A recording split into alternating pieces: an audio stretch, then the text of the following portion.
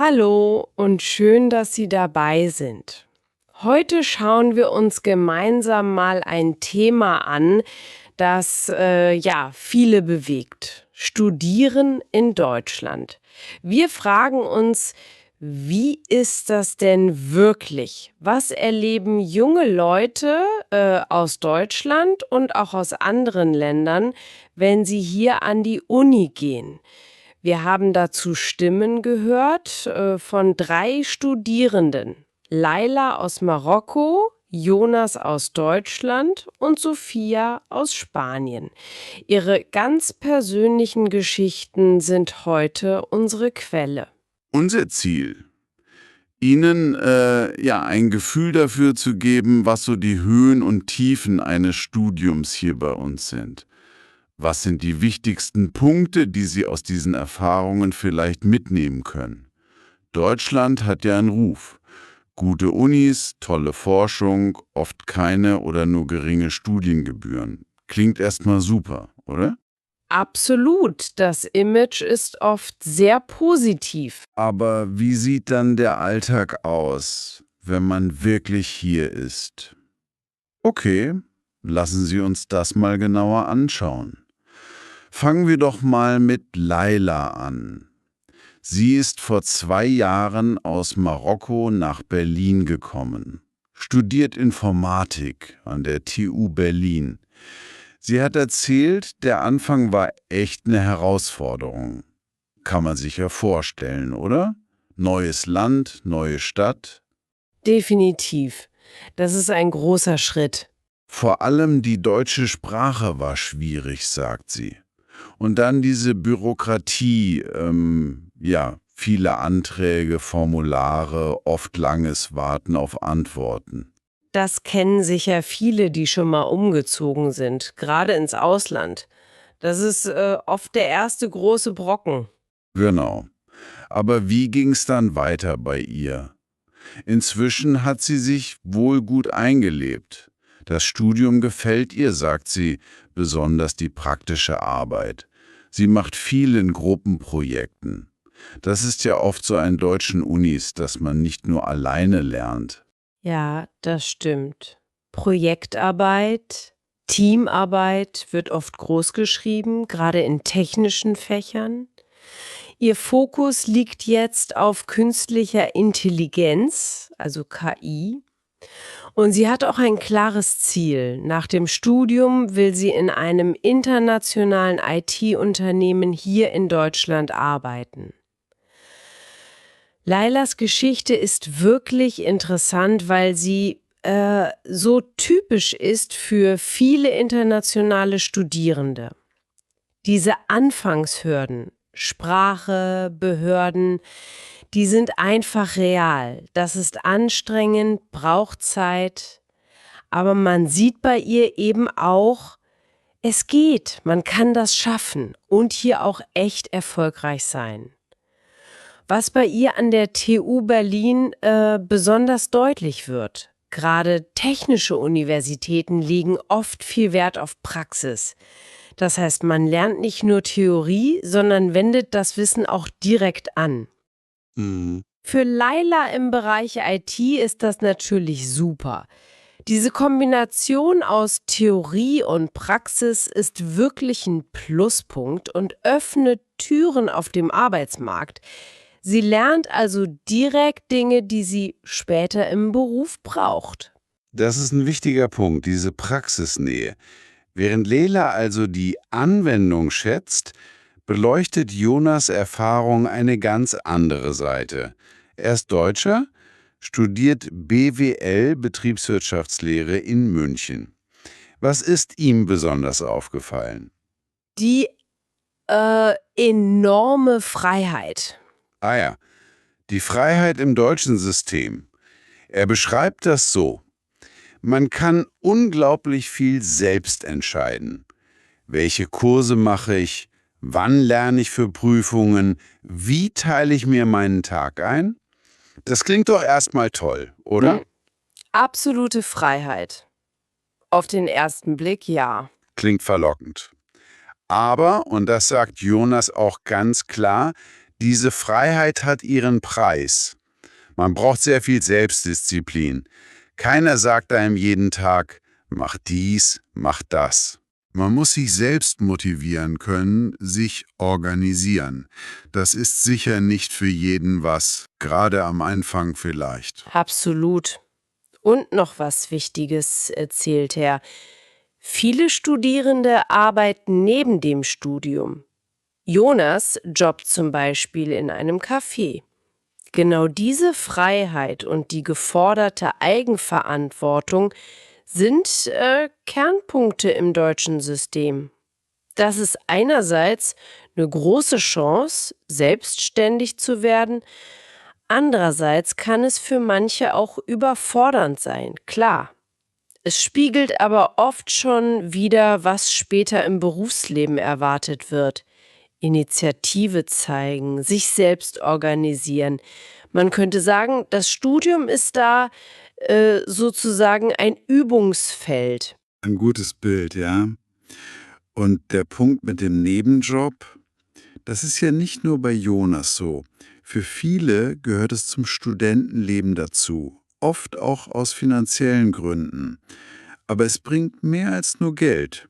Jonas lernt Zeitmanagement, Belastbarkeit und, wie er sagt, in einem Café in einer Stadt wie München trifft man Leute aus aller Welt. Das zeigt auch diese internationale Atmosphäre, die heute an vielen deutschen Hochschulen herrscht. Man ist mittendrin im bunten Leben. Stimmt, diese internationale Atmosphäre, die Jonas im Café erlebt, das ist ja auch ein Kernpunkt für unsere dritte Stimme, Sophia aus Spanien. Sie macht gerade ein Erasmus-Semester in Heidelberg. Erasmus, das ist ja dieses EU-Programm, das Studierenden hilft, für eine Zeit im Ausland zu studieren. Genau, sehr beliebt. Interessant. Sie findet das gut, weil man sich so intensiver mit Themen beschäftigt, meint sie. Und sie mag den direkten Austausch, auch mit den Professorinnen und Professoren. Man kann diskutieren, Fragen stellen. Die Erasmus-Erfahrung ist für viele eine ganz besondere Zeit. Man taucht ja intensiv in eine andere Kultur ein, lernt schnell neue Leute kennen. Und Sophias Beobachtung zu den Prüfungsformen ist interessant. Es stimmt, dass in vielen Fächern in Deutschland, nicht nur Psychologie, mehr Wert auf Seminararbeiten, Präsentationen, eigenständige Projekte gelegt wird. Genau. Das fördert natürlich eine andere Art zu lernen. Es geht weniger darum, Fakten auswendig zu lernen, sondern mehr darum, Dinge zu analysieren, zu verstehen, selbstständig zu bearbeiten. Sich richtig reinzudenken, exakt. Und Heidelberg ist dafür ein schönes Beispiel. Eine Stadt mit langer Uni-Tradition, bekannt in aller Welt, aber gleichzeitig sehr lebendig und offen für internationale Studierende wie Sophia. Solche Städte ziehen Menschen aus vielen Ländern an und schaffen eine tolle Atmosphäre. Also 3 Studierende, 3 verschiedene Fächer und Orte, aber alle sammeln wichtige Erfahrungen. Wir haben gehört, es gibt viel Positives, Praxisnähe, Freiheit, Internationalität, intensives Lernen. Aber Leila, Jonas und Sophia haben auch durchblicken lassen, es ist nicht alles nur Zuckerschlecken, wie man so schön sagt. Was waren denn so die typischen Hürden, die Sie genannt haben? Ja, das ist wichtig, auch die andere Seite zu sehen. Da war natürlich die Sprache. Leila hat das am Anfang gesagt. Selbst wenn man schon ganz gut Deutsch kann, bevor man herkommt, die Fachsprache an der Uni ist oft nochmal eine ganz andere Welt. Oh ja. Spezielle Begriffe in Informatik, Jura, Medizin, das ist nicht einfach. Aber sie meinte auch, dass die Dozenten oft verständnisvoll sind und es manchmal auch Material auf Englisch gibt. Das hilft dann schon. Ja, die Sprache ist fast immer die erste große Hürde für Internationale. Aber es ist nicht nur das Verstehen im Hörsaal, oder?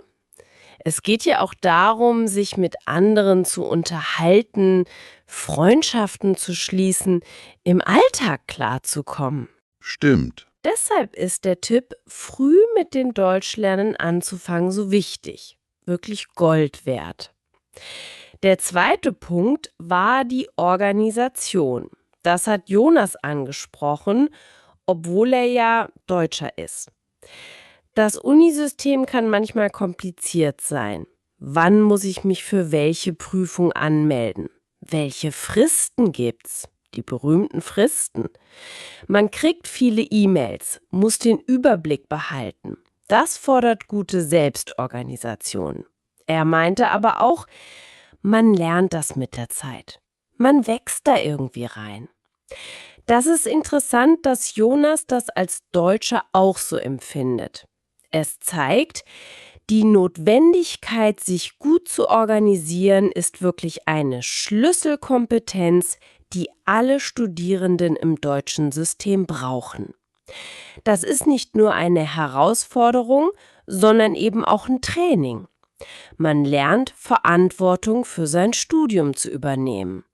Das ist eine Fähigkeit, die man später immer wieder braucht. Definitiv.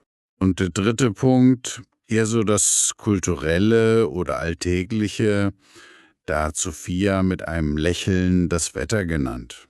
Haha, ja, der Klassiker für Leute aus dem Süden. Für jemanden aus Spanien ist das deutsche Wetter natürlich oft eine Umstellung. Das klingt vielleicht nach einer Kleinigkeit, aber solche Dinge gehören ja zum Einleben dazu. Sie hat aber auch erzählt, dass sie das Positive daran entdeckt hat. Diese deutsche Gemütlichkeit, wenn man bei Regen oder Kälte mit Freunden drinne im Warmen sitzt, zum Beispiel in einem Café und redet. Das hat ja auch was Schönes. Absolut. Diese alltäglichen Dinge, Wetter, Essen, wie die Leute miteinander umgehen, das ist alles Teil der Erfahrung. Man lernt nicht nur im Seminarraum, sondern auch draußen im Leben. Die Anpassung daran ist ein wichtiger Teil des Ankommens und des kulturellen Lernens.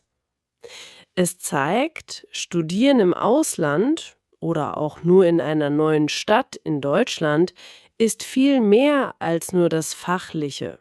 Es ist eine Lebenserfahrung, die einen als Person prägt. Das stimmt total. Man lernt fürs Leben, nicht nur für die nächste Prüfung.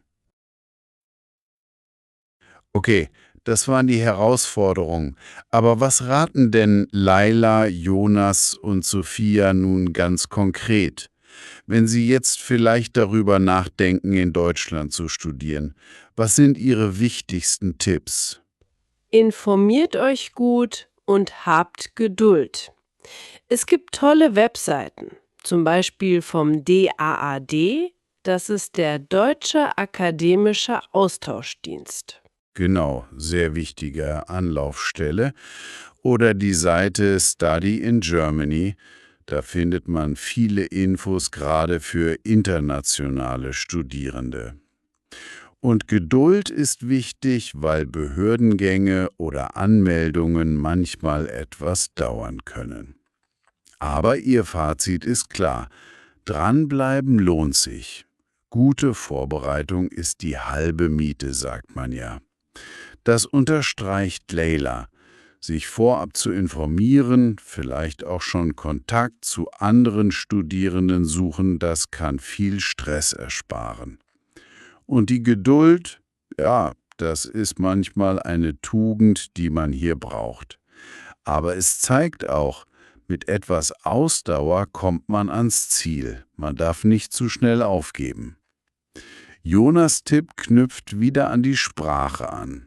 Er empfiehlt ganz dringend, lernt Deutsch so früh wie möglich, selbst wenn euer Studiengang vielleicht auf Englisch angeboten wird. Ja, 100%ig. Warum? Weil Deutsch im Alltag riesig hilft. Beim Einkaufen, im Umgang mit Behörden, aber vor allem auch, um leichter Kontakte zu knüpfen, Freunde zu finden, auch außerhalb der Uniblase. Das macht das Leben hier viel einfacher und, schöner. Das ist ein sehr wichtiger Punkt. Selbst wenn man fachlich auf Englisch klarkommt, die soziale Integration, das Gefühl, wirklich anzukommen, hängt oft stark von den Deutschkenntnissen ab. Es öffnet einfach mehr Türen im täglichen Leben und ermöglicht tiefere Einblicke in die Kultur. Man ist dann nicht nur Gast. Genau. Und Sophia, was ist Ihr Rat? Sie sagt, seid offen. Offen für neue Leute, offen für neue Erfahrungen. Habt keine Angst, Fragen zu stellen, wenn ihr etwas nicht wisst oder nicht versteht. Die meisten Leute helfen gerne, sagt sie. Das ist eine gute Einstellung und ganz wichtig. Genießt das Leben. Ein Studium, besonders im Ausland, ist nicht nur Lernen. Es ist eine einmalige Chance, Neues zu entdecken, Spaß zu haben, zu wachsen. Das fasst es schön zusammen. Wenn wir die Ratschläge von allen drei nehmen, sehen wir so 3 Schlüsse. Erstens, gute Vorbereitung und Information. Zweitens, die Sprache lernen, nicht nur für die Uni, auch für den Alltag. Und drittens, diese offene, neugierige Haltung. Auf Leute zugehen, Neues ausprobieren. Es geht eben nicht nur um Noten und Abschlüsse, sondern ganz stark um die persönliche Entwicklung, die man in dieser Zeit durchmacht. Das ist vielleicht das Wertvollste. Was bleibt also hängen nach diesen Geschichten von Laila, Jonas und Sophia? Studieren in Deutschland scheint wirklich mehr zu sein als nur Hörsaal und Bibliothek. Die 3 beschreiben es ja fast wie ein kleines Abenteuer. Ein Abenteuer, ja, das trifft es gut. Ein Abenteuer mit neuen Eindrücken, neuen Freunden, neuen Möglichkeiten. Egal, ob man nun Informatik in der Großstadt Berlin studiert, BWL im schicken München oder Psychologie im traditionsreichen Heidelberg. Die Erfahrung prägt. Man lernt nicht nur für den Job, sondern fürs ganze Leben. Und genau das wirft eine spannende Frage für Sie auf, die Sie uns gerade zuhören. Wenn Sie diese verschiedenen Seiten sehen, die Freiheit, die aber auch Disziplin verlangt, die sprachlichen und organisatorischen Hürden, aber auch die Chance auf tolle Begegnungen und kulturelle Einblicke. Was davon spricht Sie am meisten an? Welche Art von Abenteuer könnte ein Studium in Deutschland für Ihre persönlichen Ziele und Wünsche sein? Eine Frage zum Nachdenken. Vielen Dank, dass Sie sich heute mit uns auf diese kleine Erkundungstour eingelassen haben. Bis zum nächsten Mal.